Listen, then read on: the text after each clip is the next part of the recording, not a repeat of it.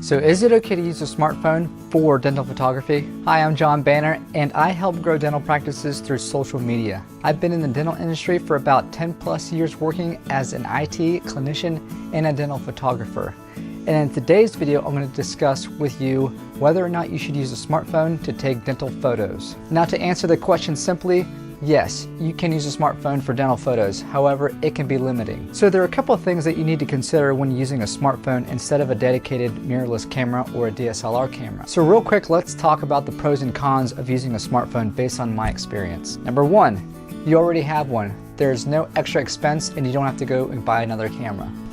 Number two, you really don't need any additional training for you or for your staff.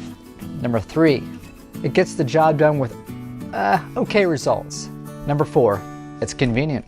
Number five, it's pretty easy to export your photos if you're using an iPhone and an Apple computer. I've never used an Android device or with a Windows computer, so I don't know really what the workflow is like. Now for the pros and cons.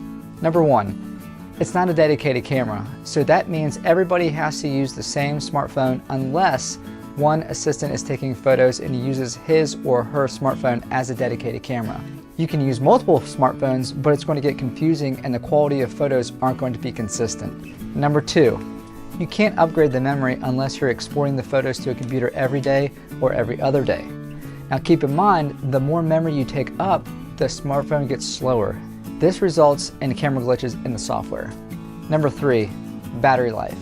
If you are using a smartphone all day, it can really drain your battery fast and you can't upgrade the battery to say something like a battery grip, which is just a larger capacity battery for a mirrorless camera or a DSLR camera.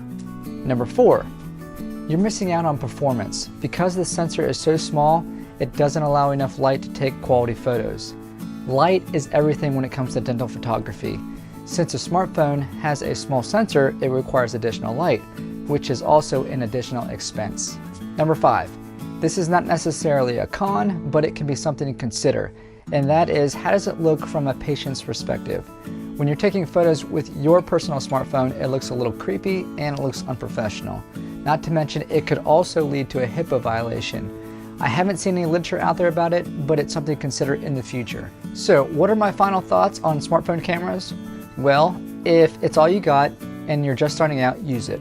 However, by the time you buy all the necessary equipment to get good results, you could have bought a DSLR or a mirrorless camera. So if you really want to upgrade your photo game and get great photos for your dental practice, not only for intraoral and extraoral photos, but for updating staff profiles, office photos, and for making office videos, I would highly recommend that you make the investment and buy a good dedicated camera such as a mirrorless camera. They aren't that expensive and you get great results with a sub $700 camera. So I hope I've answered any questions you might have had about smartphones and dental photography. If you have any questions, please leave them in the comment section below. Thank you for watching, God bless, and I'll talk to you in the next video. Bye.